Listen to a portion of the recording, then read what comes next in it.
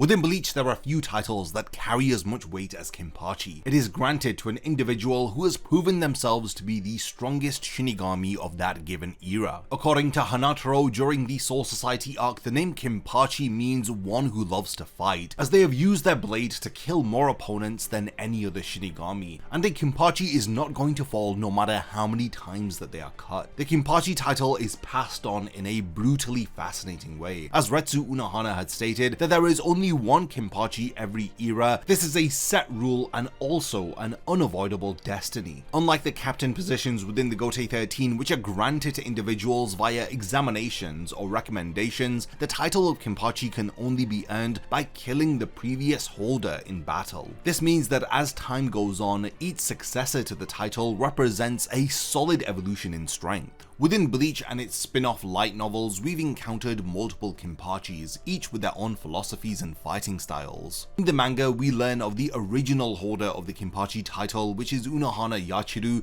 and then Kenpachi Zaraki, the current 11th holder of the title. There are also brief mentions of the 10th Kenpachi called Kenpachi Kiganjo. Then in the two-part light novel Spirits Are Forever With You, we're introduced to the 7th Kenpachi, Kenpachi Kuriyashiki, and the 8th Kenpachi Soya Azashiro. In this video, I'll be ranking every Kenpachi from the weakest to the very strongest. I'll be analysing their different abilities that they've showcased, their battle feats, as well as their untapped potential and the significant roles that they play within the story. Be sure to stick around until the very end of the video, as I'll be revealing which Kenpachi I believe to be the strongest out of all of the 11 Shinigami who have held this title. Now, before the video begins, I want to let you know that I've launched an all-new channel called Super Alpha EX, where I'm creating gaming content, whether if that's reviews or commentaries. So if you love these Bleach videos and you want to know what other stuff I'm passionate about, then head on over to Super Alpha EX and subscribe to the channel. I've already got a video on there breaking down everything you need to know about Metal Gear Solid Delta, as well as all of the information that's been revealed so far about the most highly anticipated game of all time, GTA 6. Now, coming back to the video, the essence of Kenpachi does extend beyond just physical strength, as it embodies an insatiable hunger for battle. Kenpachi Zaraki had told Ichigo, "You want a reason for fighting? Why don't you just accept it already? You seek out fights, you desire power. Everyone who searches for power without exception searches for battle." The Kenpachi title emerged from the chaotic days of the Soul Society, when strength had determined survival. Approximately over 1,000 years before the present day, when Yhwach and his army had first invaded the Soul Society, he had described the original Gotei 13 as a band of ruthless killers. This era had created the first ever Kenpachi, Yachiru Unohana, whose bloodthirsty nature had perfectly reflected the brutality that was needed at that time. The Gotei 13 was originally formed under the leadership of Yamamoto, and he had recruited Unohana Yachiru, who at the time was referred to as the most diabolical criminal in the history of the Soul Society. When he had given her the position of the captain of the 11th Division, the title of Kenpachi had also been associated with that squad. Unlike other divisions which specialize in roles like healing, Kido, or stealth, the 11th Division exists purely for combat. Under the leadership of the different Kenpachis, the division has transformed from Unohana's era of absolute terror to Kuriyashiki's honorable warriors, to Kenpachi Giganjo's thuggish brawlers, and now to the present day Kenpachi Zaraki's battle-loving but fiercely loyal squad. Each of the different Kenpachis have their own unique fighting styles, which reflects their personalities and the era that they represent. Unohana Yachiru had mastered over 8,000 sword styles, demonstrating the technical perfection that was required for the foundational era of the Gotei 13. Kenpachi Kuriyashiki wielded a living type Zanpakuto, which devoured everything in its path. Then we have Kenpachi Zaraki's unrefined, raw combat style, which relies entirely on instinctive fighting without any real technique or restraint. The Kenpachi title does come with controversy, as the Kenpachis represent both the peak of Shinigami combat ability as well as posing a threat to the Gotei 13. The Central 46 had recognized this danger, as they halted Kenpachi Zaraki's formal training with Yamamoto just after one day, when they realized just how quickly Kenpachi was improving, as they were truly afraid of him actualizing his full potential. So we're starting my ranking of all of the different Kenpachis with who I believe to be the weakest, and this is Kenpachi Giganjo. And of all of the different Kenpachi Kenpachi who have been revealed, this is the individual that we know the least about. As the 10th holder of the Kenpachi title, he's the predecessor of Kenpachi Zaraki, but the manga reveals very little information about his abilities and how long he has held the title for. Physically, Kenpachi Giganjo was a large man with a rough appearance, with his facial piercings, messy hair, and chipped fingernails. Notably, the handle of his zanpakuto had a distinctive large black ring roughly the size of his palm, and in terms of his personality, we learn about him from the comments made by Shinji Hirako, who had suggested that he was very lazy and indifferent to his duties as a captain, and the only thing that he had cared about was fighting. During the captain's meeting in the Turn Back the Pendulum arc, when Urahara is introduced as the newly appointed captain, Shinji had remarked that Giganjo is a slacker who as usual was not listening to what he was told, describing him as a pain in the ass. 50 years before the present timeline, Giganjo had fought Kenpachi Zaraki, and the battle was devastatingly one-sided as Zaraki defeated him with a single strike in front of 200 members of the 11th Division. According to the squad members that were present, Zaraki's overwhelming power left an unforgettable impression on the 11th Division, with Tozen himself calling Zaraki a demon. This defeat doesn't necessarily indicate weakness on Giganjo's part, but rather speaks to Kenpachi Zaraki's monstrous potential, as this was a version of Zaraki who was still subconsciously limiting his power. When analyzing how strong Giganjo is compared to the other Kenpachi, we need to first clarify that he had to defeat the 9th Kenpachi in order to claim the title. Apparently the 9th Kenpachi was a fill-in after Soya Azashiro was imprisoned, so we can't really say that the 9th individual to hold the title was really that strong. Also, we know nothing about Giganjo's Shikai or his Bankai abilities, so it makes it difficult to analyze his fighting style, but from what we do know of him, we can assume that he had favored direct combat as opposed to employing strategy or a unique special ability from his zanpakuto. Under Giganjo's leadership, the 11th Division gained its reputation as a squad of thuggish brawlers rather than the disciplined soldiers that we know of today. His emphasis on raw strength over technique likely influenced the division's culture, setting the foundation for what would continue under the leadership of Kenpachi Zaraki, who has somewhat refined the 11th Division into what it is today. Despite Kenpachi Giganjo's shortcomings, he had inspired some loyalty in some of his subordinates, most notably Maki Ichinose, who had described him as a man who believed in justice. Ichinose was so devoted to the captain that he had abandoned the Soul Society after Giganjo's death. Maki is a filler character from the Bount arc who eventually joins Jin Kariya in his rebellion. So purely because we have limited information on Kenpachi Giganjo, and the fact that he had beaten the 9th Kenpachi who didn't even earn the title, he was just a fill-in, it would be safe to assume that Giganjo is at the very bottom of our ranking list, making him the weakest amongst all of the different Kenpachi. Following this, we have Kenpachi Kurashiki, the 7th holder of the Kenpachi title. He represents a interesting departure from the stereotypical image of a Kenpachi. He was introduced within the Spirits Are Forever With You light novel. Kurashiki combines insane fighting potential with a sense of honor and leadership, which sets him apart from the other Kenpachi. He does have quite a physically imposing demeanor with his dark messy hair and his sleeveless captain's coat. Kurashiki was known for his strength, as his spiritual pressure alone would make his opponents tremble. His combat abilities reached such heights that he had received an invitation to join the Zero Division,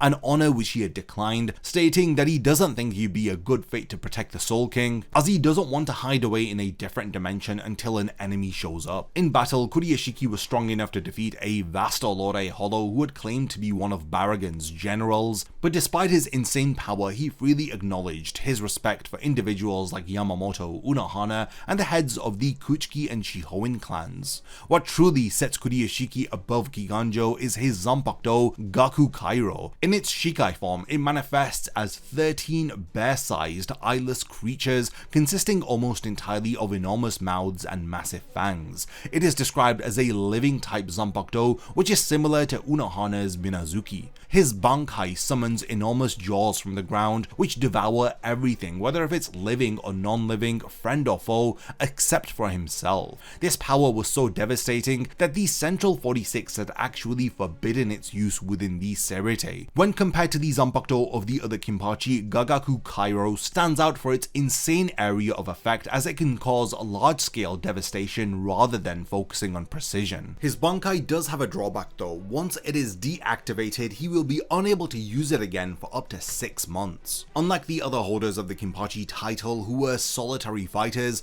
Kurashiki maintained close friendships with fellow captains like Shunsui Kyoraku. Shunsui had known Kurashiki better than any other captain. His lieutenant Aishido Kano held tremendous respect for him, as did the entirety of the 11th Division. We do see Aishido Kano again later as he is stranded within the Forest of the Menos in Hueco Mundo. Under Kurashiki's leadership, the 11th Squad maintained honor and discipline, and it seems as though Kurashiki was defeated around 250 years before the present timeline when Soya Azashido had challenged him. Despite his insane power, Kurashiki was beaten almost immediately due to Azashido's unique Zanpakuto ability. Kurashiki used the last ounce of his strength to prevent his subordinates from attacking Azashido, as he accepted him as his successor. Azashido did later admit that had Kurashiki immediately used his Bankai, he likely would have won, but Kurashiki refrained in order to protect his subordinates, showcasing the compassion that made him unique amongst the different Kenpachi. The next Kenpachi on this list is of course Soya Azashido, the 8th Kenpachi from the Spirits Are Forever With You light novels. Azashido stands out as one of the most complicated Kenpachi within the history of the title. Unlike the other individuals who rely on raw power and swordsmanship, Azashido's strength comes from his utterly broken Zanpakuto abilities. Azashido was born into the noble Azashido clan, as his family maintained their status through proficiency in Zanjutsu and Kido before growing complacent, as the family had started to value wealth over combat ability. Everything had changed when the clan was falsely accused of crimes and sentenced to death. As the young Soya Azashido watched his sister sacrifice herself in order to save him, this is where his Zanpakuto spirit Urozakuro had first manifested, allowing him to escape by slaughtering the nobles who had condemned his family. Azashido's Zanpakuto Urozakuro exists in a permanent Bankai state. This is a unique characteristic within Bleach, as Azashido himself admitted that he didn't even know his Zanpakuto's release command. According to Yoruichi, Azashido's inner world is constantly fused with the outside world, making his powers particularly difficult to counter. Urozakuro's fusion ability grants him several insane advantages. Firstly, he has hyper-awareness, as he is able to sense everything happening in spaces that he's fused with as if it's happening inside of his own body. Before imprisonment, Azashido had merged with the entire Serete, allowing him to spy on everyone and everything. Then we have his ability a living body fusion. This is his most lethal technique, allowing him to forcibly merge with a victim's body and to destroy it from within. This method was used to kill Kurashiki, despite Azashido actually not being strong enough to cut through Kurashiki's immense spiritual pressure. His other ability, called Imitate, allows Azashido to merge with multiple Gigai as he casts hundreds of high-level Kido at the same time, including Hado number 96 Ito Kaso. Azashido can also manipulate his environment and to teleport vast distances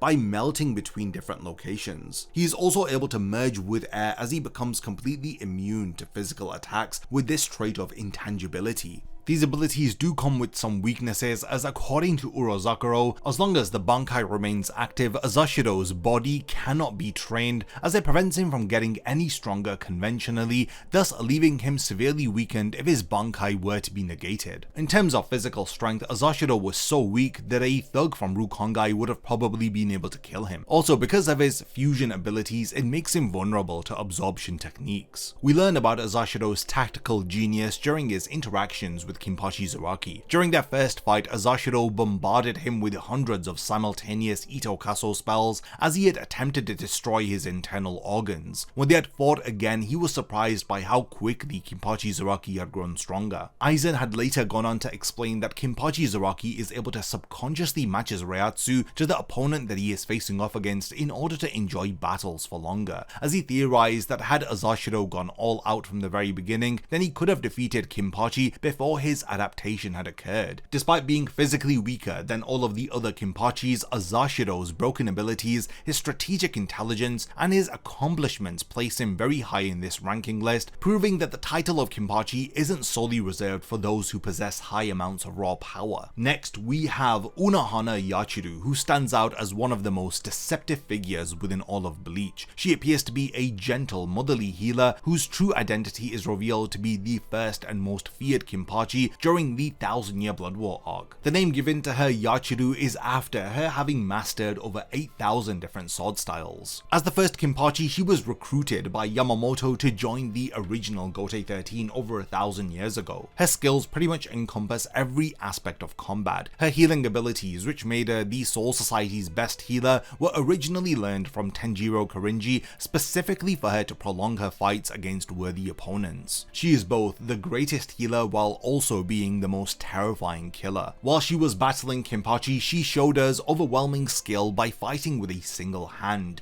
deflecting his sword with her free hand and pinning him against a wall while wielding a hidden blade. During these brief showcases, we see her mastery of the sleight of hand as well as her combat trickery. Her Zanpakuto Minazuki reflects her dual nature, as in its Shikai state it manifests as a gigantic manta ray-like creature which has the power to heal wounded individuals with its stomach acid. Contrastingly, her Bankai, also called Minazuki, creates a blood-like substance which has the power to melt flesh from bone. The liquid can also be manipulated for offensive and defensive purposes. The single scar on Unohana's chest is the only wound that she has ever received in centuries of battle, and this had come from a young Kenpachi, the only opponent who truly ever challenged her. For Unohana, this wound represented the only time that she felt genuine fear in battle. And while for Kenpachi Zaraki, this had sparked his love for combat, but had also triggered the subconscious limiting of his power. The relationship between Unohana and Zaraki is key for both characters and their growth. Unohana back then had recognized Zaraki's potential as greater than her own, so she deliberately held back in their first encounter. When later tasked by Shunsui to train Kenpachi to his full potential in the 1000-Year Blood War arc, she revealed her true nature, as she had brought him to the point of death hundreds of times and had healed him back to full strength in order for him to overcome each and every limitation. During their final battle, she had stated plainly, "I am strong, stronger than anyone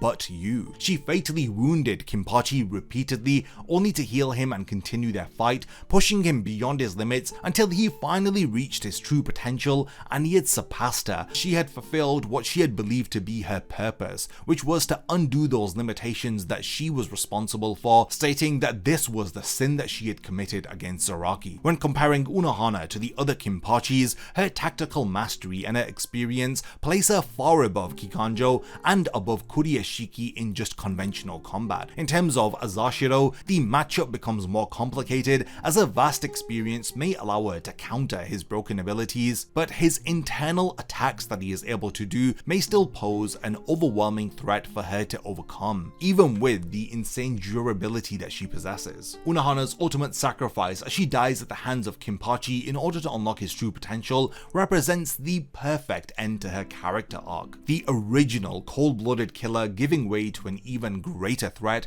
ensuring that the legacy of the Kenpachi continues. So yeah, it's for this reason that Unohana Yachiru is the second strongest Kenpachi in this list, and this aligns with her notable statement where she says that she was stronger than anyone except Zaraki. Now, you've already guessed it, the number one strongest Kenpachi is of course Kenpachi Zaraki, the 11th holder of the title. He truly does represent the peak of what it means to be a Kenpachi. His journey from the slums of Rukongai to becoming the Soul Society's strongest Shinigami embodies pure raw strength, which is elevated to the absolute highest peak previously thought impossible. Zaraki's origins set him apart from every other captain. He had no formal training, he didn't have a noble background, and he has no connection to the Shinigami Academy. He was simply a nameless child from the 80th district of Rukongai, dubbed as the most violent and lawless region. During the Soul Society arc, we learned that he didn't have a name to go by for as long as he could remember, so he had eventually taken on his surname from the district of Rukongai which he had grown up in, Zaraki. His first battle against a worthy opponent was against Unohana Yachiru, where he instinctively wounded her, and he was the only person to ever do so, as we've already said. This encounter sparked his love for battle, but also triggered the subconscious suppression of his power, as he sealed his power to allow him to fight for longer. Despite this self-imposed restriction, Zaraki's achievements throughout Bleach are still staggering. He became the only person to claim the Kenpachi title without any formal training, as he defeated Giganjo with a single strike in front of over 200 witnesses. And we've already spoken about how his training with Yamamoto was ordered to be stopped by the Central 46 because of his insane potential. Zaraki has a very unique fighting style, as it relies entirely on instinct instinct rather than technical skill. Shunsui had observed that Kenpachi fights solely on instinct, reflexes, and present observation. He has no set pattern of attacks,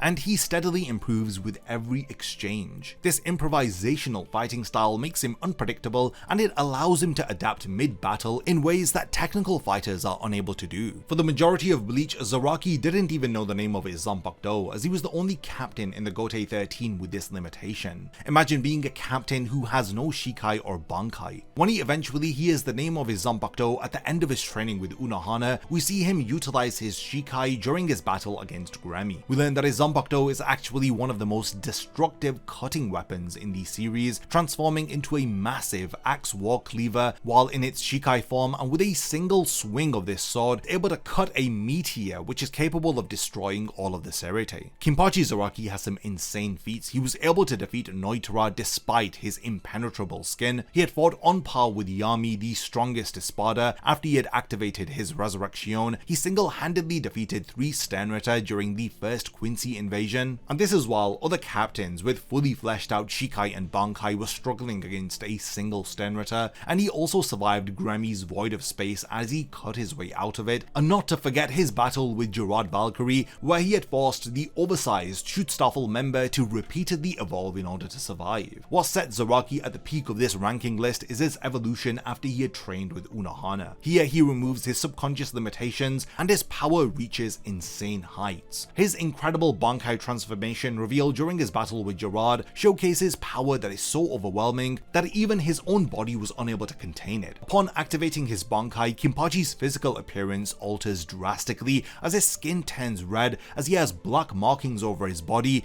and these horns grow out from his forehead as he begins to resemble a demonic Oni from Japanese folklore tales. His attacking power also increases to insane levels as he is able to effortlessly rip off Gerard's arm and cut him completely in half from a considerable distance. Kenpachi's power and his role in the story has been commented upon by several different individuals, as Aizen had stated that he deliberately avoided fighting him during the Fate Karakura Town arc, admitting that he had posed a genuine threat to his plans.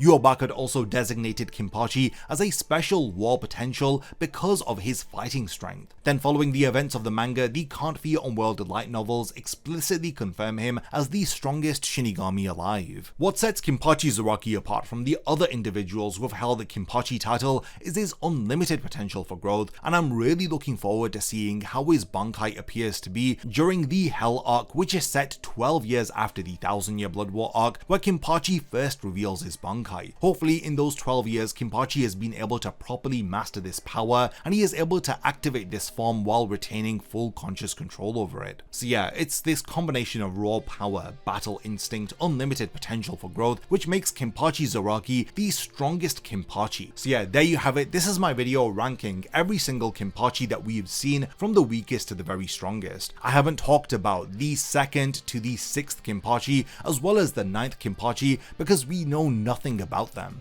I'd love to know your own personal rankings for the different Kenpachi. Do you agree with the list that I've made in this video? If there's anything that I've forgotten to mention about Kikanjo, Kuriyashiki, Azashiro, Unohana, and even Zaraki, then let me know by continuing the discussion in the comments. And lastly, thank you for making it to the end of this video, and I cannot wait to see you in my next Bleach video.